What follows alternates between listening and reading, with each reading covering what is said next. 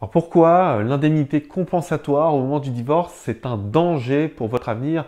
Pourquoi vous devez faire attention et vous devez être très attentif à ce qui peut se passer dans l'attribution ou non de cette pension compensatoire, hein. Si jamais vous devez payer cette pension compensatoire, cette indemnité compensatoire, vous devez être très prudent parce qu'il y a des impacts qui vont être négatifs à long terme sur votre vie. Donc avant de vous dévoiler les dangers qui vous guettent sur ce sujet de l'indemnité compensatoire, je vous invite à rejoindre des centaines de papas séparés et divorcés en cliquant sur le bouton ici et vous abonner à la chaîne Papa Divorcé. Pourquoi le versement de cette indemnité compensatoire est un danger pour votre avenir? Pourquoi vous devez être très prudent et essayer de l'éviter ou de faire en sorte de payer le moins possible.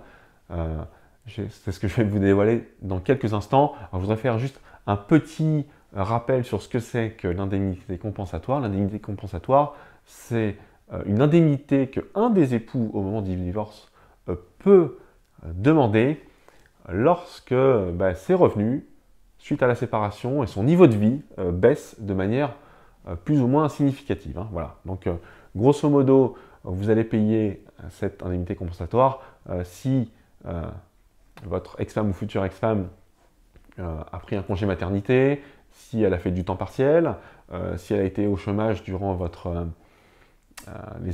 durant votre années de mariage, pardon, elle va y avoir droit, hein. Donc il y a tout un tas de critères. Je vous mettrai les vidéos associées à ce sujet-là en fin de cette vidéo pour que vous puissiez avoir accès à l'ensemble des informations. Mais le sujet qui nous concerne ici, et ce dont je voulais vous parler, c'est qu'en fait, cette indemnité compensatoire, elle peut être un handicap financier à long terme pour vous. Voilà, il y a à peu près 3 conséquences qu'il faut que vous voyez absolument venir côté financier. C'est qu'au moment de la séparation, bon, vous allez déjà devoir séparer les biens, hein, ce qui veut dire que peu importe si vous gardiez votre logement, si vous le quittiez, il y a une séparation de biens, ça veut dire que vous avez déjà pas mal d'argent à sortir pour revenir à niveau, hein. Si vous devez vous racheter, je ne sais pas, un lit, une cuisine ou des choses comme ça coûte déjà assez cher. Deuxièmement, vous allez devoir payer un avocat, hein. Alors, sauf si vous avez la possibilité, et je vous encourage vivement d'avoir un accord avec votre ex-femme, vous pouvez bénéficier aujourd'hui d'un divorce par consentement mutuel, celui qui est simplifié, cette procédure où on ne passe plus devant le juge, et forcément ici les frais d'avocat vont être réduits, mais si jamais vous n'êtes pas d'accord sur une seule conséquence du divorce, là, il n'y a pas d'accord et il faudra aller devant le juge qui va trancher. Les honoraires et les frais d'avocat vont commencer à s'empiler et ça va plus du tout être la même histoire, hein. Alors, on peut ajouter encore une autre couche à ça, c'est que vous allez certainement payer une pension alimentaire, hein, que vous soyez en garde, en résidence alternée ou non. À partir du moment où vous avez une disparité, un déséquilibre au niveau des rentrées d'argent, des salaires, vous allez devoir payer une pension alimentaire. Si vous n'obtenez pas de garde alternée et que vous êtes en garde classique, ce qui voudrait dire que vous voyez votre enfant un week-end sur deux, hein, ça fait 2 week-ends par mois et la moitié des vacances scolaires, la pension alimentaire, elle va être d'autant plus élevée. Ce qui fait déjà, en plus des frais de la procédure, du logement, on rajoute la pension alimentaire, ça nous fait un budget mensuel qui n'est pas négligeable. Bien sûr, cette pension alimentaire, vous pouvez la déclarer au moment des impôts, hein, ce qui vous donne droit à une réduction d'impôts, mais on ne parle pas de quelque chose de foufou, hein. Il ne faut pas s'attendre à des miracles, il n'y a pas une annulation, hein, côté impôt de ce que vous versez de manière mensuelle en termes de pension alimentaire. Alors, je vais ajouter maintenant cette couche supplémentaire qui va vous retirer du pouvoir d'achat et des possibilités financières, hein, qui est donc l'indemnité compensatoire. L'indemnité compensatoire, elle peut aller de 10, 15, 20 000 euros à 1 million d'euros, hein, suivant votre situation financière. La disparité, la différence des salaires entre vous et votre ex-femme, il y a aussi le critère de la durée de mariage. Plus vous êtes marié longtemps, plus cette indemnité va croître. Et malheureusement, vous ne pourrez pas dépasser 8 années pour payer cette indemnité-là. Hein. Donc si vous avez une grosse somme que vous n'êtes pas en capacité de verser cette somme d'un coup au moment de la séparation, vous pouvez étaler en mensualité, mais uniquement sur 8 ans. Et 8 ans, c'est assez court. Hein. Quand vous devez payer 100 000 ou 200 000 euros, vous divisez ça par 12 et par 8, et vous allez payer plus de 1 000 euros par mois, et plus de 1 000 euros par mois, c'est un gros budget à prendre en compte, plus la pension alimentaire. Voilà. Donc, c'est ce deuxième danger qui vous guette. Et maintenant, je vais vous parler du troisième danger qu'on ne voit pas vraiment venir tout de suite, mais qui est là.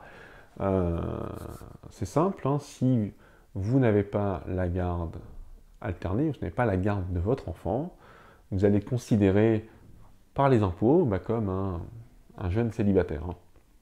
Ce qui veut dire que vous allez payer plein pot. Les impôts, ils ne vont pas vous rater.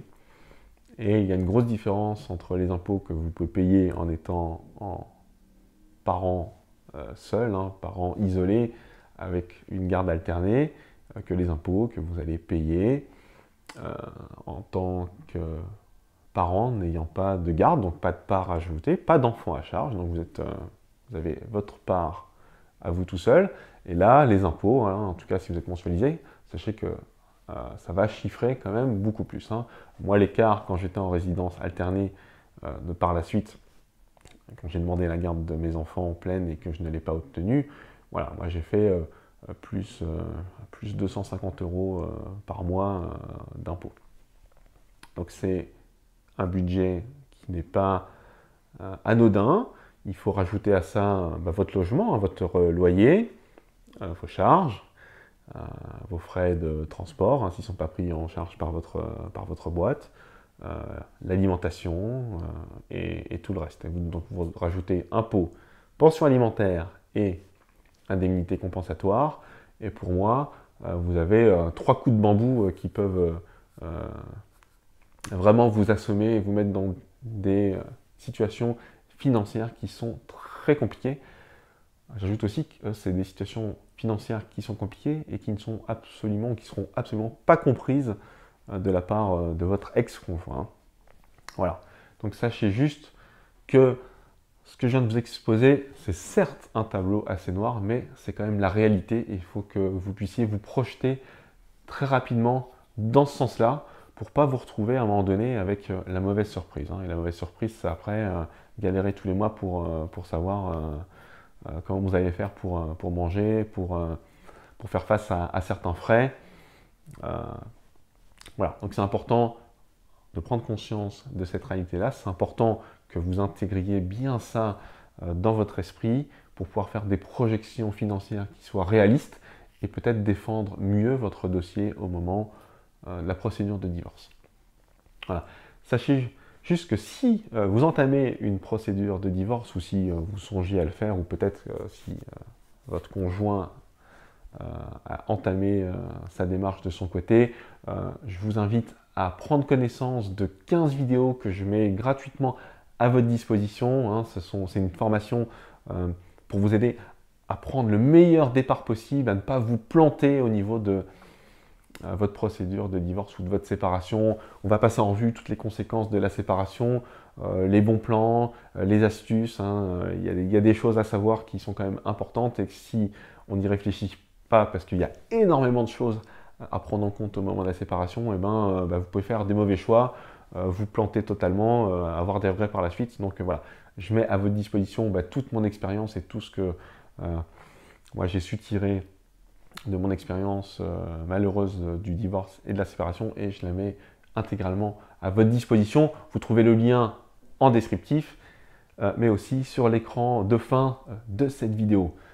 Voilà. Mais écoutez, si vous avez apprécié cette vidéo, je vous invite à liker, hein. Ça m'aide à faire en sorte que la chaîne soit plus visible, plus connue, qu'il y ait de plus en plus de personnes qui puissent bénéficier des conseils que je donne.